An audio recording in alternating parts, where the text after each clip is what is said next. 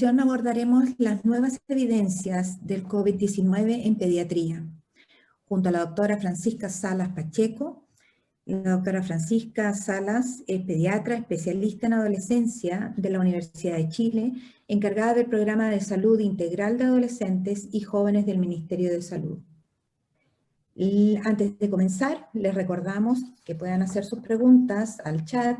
Contestaremos al finalizar del módulo en la mesa redonda, aproximadamente a las 11:20 horas de Chile.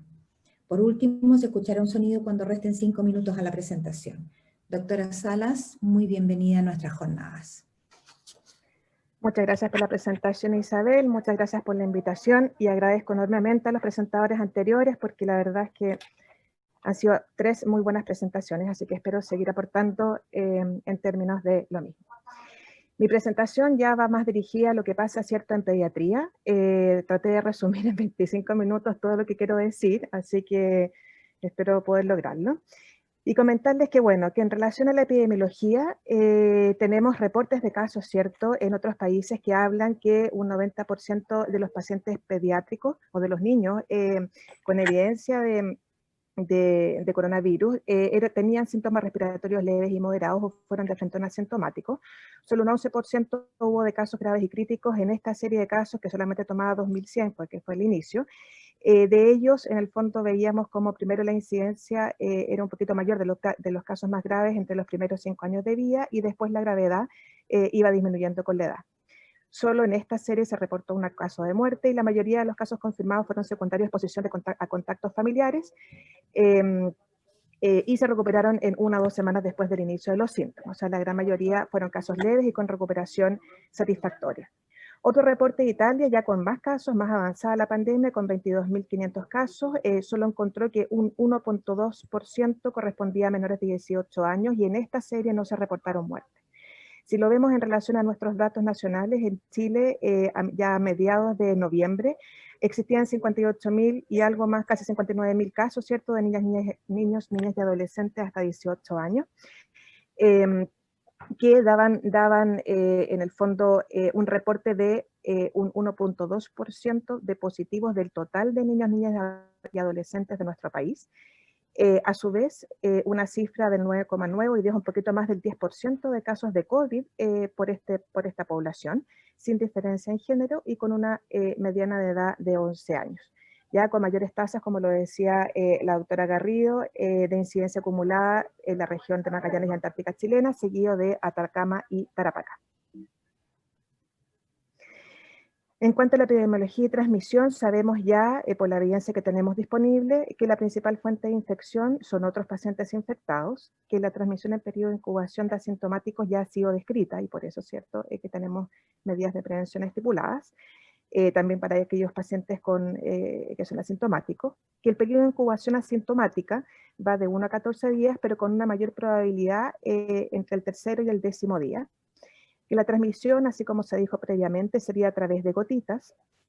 Hasta ahora el tema de los aerosoles que mencionaba el doctor Valiente está siendo estudiado y sería, en el fondo nos aumentaría las probabilidades de contagio, ¿cierto? Así que hay que tomarlo en cuenta con el tema del retorno a clase. Y potencialmente existiría la vía fecal oral, y ahí es interesante los datos que muestra también el doctor Valiente en relación al aumento en el fondo de detección del virus en agua, en relación al aumento también de contagios, el aumento de detección. La transmisión vertical, bien como decía el doctor Valiente, ha sido descrita, pero no bien documentada, porque no se ha encontrado detección del virus ni en placenta, ni en líquido amniótico, ni en cordón umbilical hasta ahora. Pero sí tenemos casos, ¿cierto?, de recién nacidos con PCR positiva. Se desconoce también la posibilidad de transmisión a través de la leche materna, por lo tanto, y sigue siendo una posibilidad. Y los casos pediátricos documentados, entonces sabemos, y ya lo han dicho los expositores anteriores, que son menos frecuentes que en adultos y de carácter en general más leve, ¿ya? Así que esto es lo que sabemos. Hay una revisión de la Cochrane Iberoamérica hecha en julio de este año, en que muestra que hasta ese momento los resultados sugieren que los niños presentan síntomas más leves y que raramente progresan a un cuadro respiratorio grave. Pero también estipula que se necesitan más estudios longitudinales que apoyen estos hallazgos y permitan comprender mejor los factores de riesgo para desarrollar un síndrome inflamatorio multiorgánico. y así han salido estudios posteriores que hablan específicamente de este síndrome en pediatría. Con respecto al cuadro clínico, y bien como lo han dicho los expositores anteriores, la mayoría de los reportes pediátricos informan en Chile, en el mundo, informan que el 50% de los niños sintomáticos cursan con fiebre. En nuestro caso, la fiebre está solamente presente en el 34,4% de los casos diagnosticados, porque hay muchos asintomáticos y de los sintomáticos son poquitos. Esto en relación con el 71% de fiebre encontrada como síntoma en los adultos. Lo mismo pasa con la tos. Un 54% de los reportes pediátricos a nivel mundial informan tos en pacientes pediátricos, a diferencia de un 80% en los adultos, y en nuestra serie eso va, en el fondo corresponde al 36,7%. Y síntomas de faringitis o de enofagia en un 30%, que en nuestra serie también está reportado después de la mialgia. Y el resto de la sintomatología en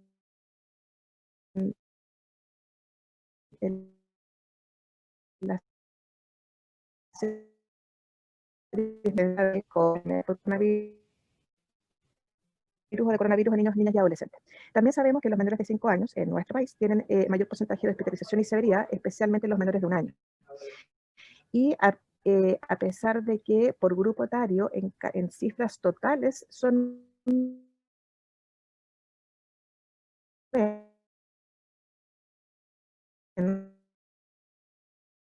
infantes con enfermedades congénitas respiratorias, cardíacas y neurológicas. O sea,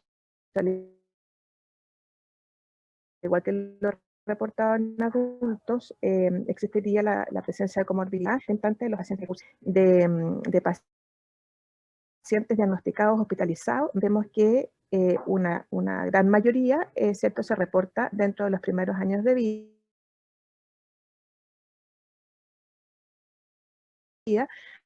con un número en el fondo superior al resto de los niños ha sido hospitalizado, y de ellos solamente un 3,5 ha requerido ventilación mecánica. El cuadro clínico, de lo que tenemos de la evidencia, es que los niños, niñas y adolescentes afectados por lo regular en términos de cifras generales, entonces no sobrepasa el 20%, ya vimos que en nuestro país es alrededor del 10%. La edad de inicio oscilaría entre el año y medio y los 17 años. La mayoría con un contacto cercano, o eran casos de agrupación familiar donde se tomó el examen de PCR, y el espectro clínico es absolutamente variable, y en las series internacionales entonces va desde casos asintomáticos, aparición de síntomas vamos a ver también asociado a lo que dijo el doctor Valiente en su presentación. Y en comparación con los adultos, la mayoría de los niños, niñas y adolescentes diagnosticados experimentan entonces síntomas más leves, recuperación más rápida y buen pronóstico. O sea, esto se repite en todas las series que tenemos a nivel mundial. En pacientes se presume que la replicación viral primaria entonces ocurriría en el epitelio de la mucosa, ¿cierto?, del tracto respiratorio alto, con multiplicación posterior en el tracto inferior, respiratorio inferior, y también en la mucosa una proteína S o spike del virus, y esta proteína se expresa ampliamente en la mucosa nasal, bronquios, pulmones, corazones, esófago, riñones, a la variabilidad de sintomatología que vemos hoy por hoy, ¿cierto?, en los pacientes tanto pediátricos como adultos. Por lo tanto, la patogenia principal, y en el fondo por ser la puerta de entrada a la infección, va a afectar al sistema respiratorio, independiente de que afecte también a otros sistemas, pero esta afectación resultaría en el fondo ser lo principal para el desarrollo de una neumonía severa, que podría llegar en los casos más graves a producir una lesión cardíaca aguda, que en muchos casos va a llevar a la muerte.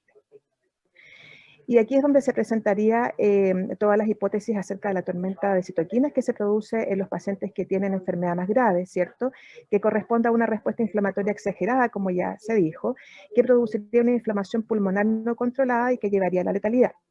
La replicación viral rápida, como ya lo explicó el doctor Valiente, produciría una masiva muerte celular epitelial y endotelial con fuga vascular, y además producción exagerada de citoquinas y quimioquinas proinflamatorias.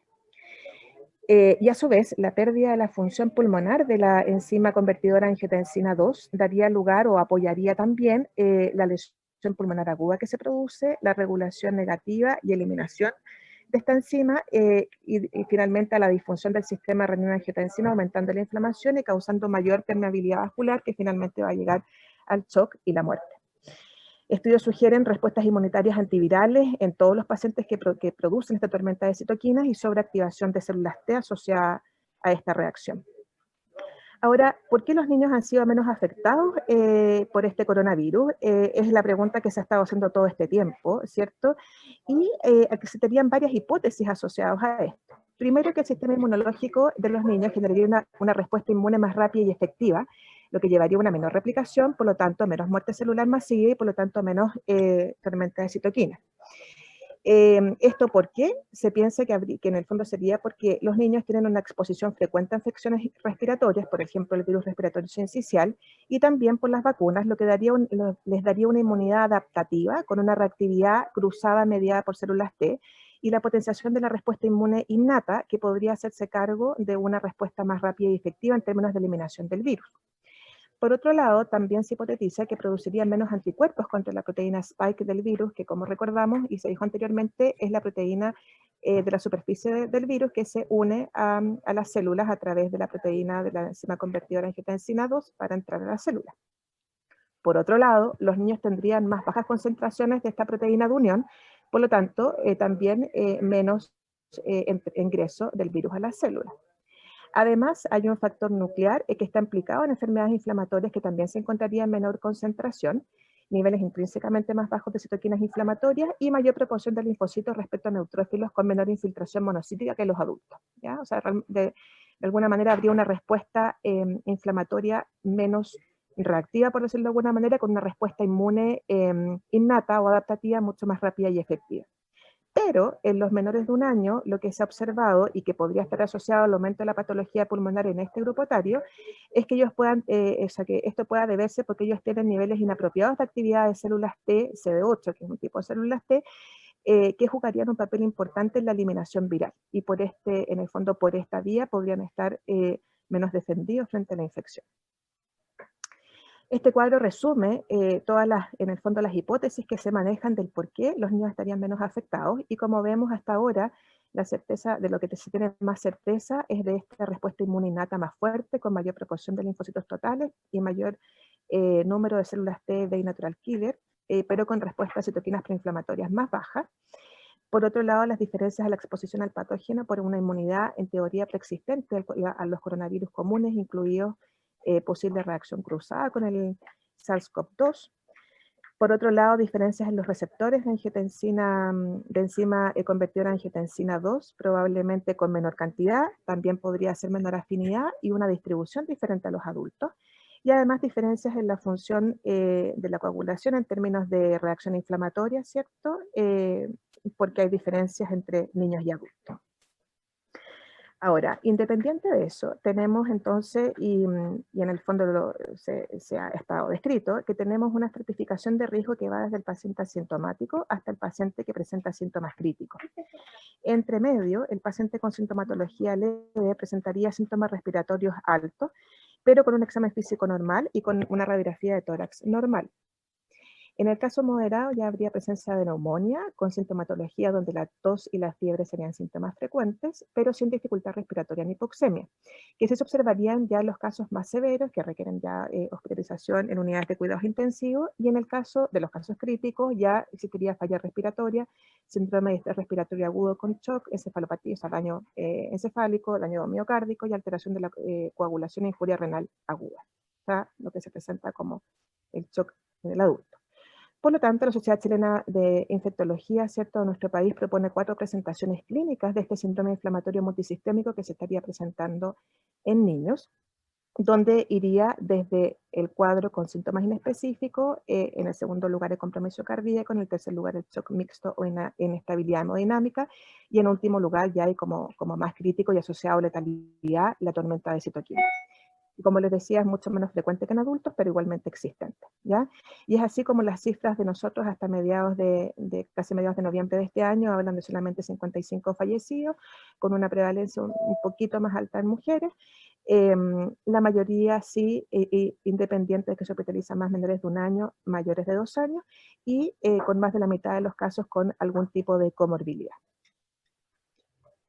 Dentro de la transmisión, lo que se ha estudiado y en relación a la evidencia que ya les he planteado, en 30 brotes en el contexto educativo en Inglaterra, que de los casos que en el fondo detectados en escuelas, la gran mayoría, la mitad, fue de adulto a adulto, un cuarto de adulto a alumno, un quinto de alumno a adulto y una minoría entre alumnos.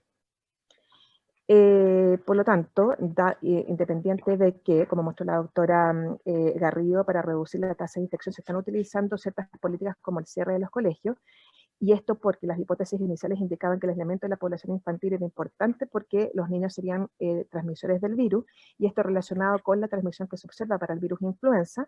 Sabemos que los efectos adversos de cierre del colegio son importantes y de fondo afectan a las poblaciones más vulnerables, ¿cierto? Por lo tanto, en relación a esto, se han planteado que otras medidas con el fin de poder reabrir los colegios podrían tener que ver con promover la higiene y distanciamiento físico. Y así es como series como la australiana, en que se describen casos de contagio, identificaron que finalmente el contagio entre compañeros fue bajo. Ya. Y existen estudios que indican entonces que en los hogares de niños, niñas y adolescentes, estos representan un bajo porcentaje de los casos y son más bien contagios de los adultos hacia ellos o hallazgos en series de estudios.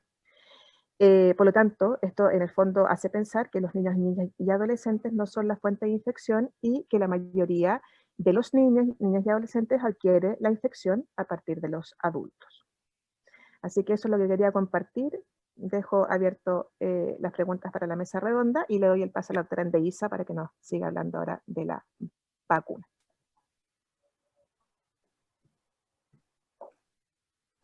Muchas gracias, doctora. Meteórica su presentación, muy interesante en cuanto a lo que vemos nosotros expuesto en nuestros niños, en los colegios.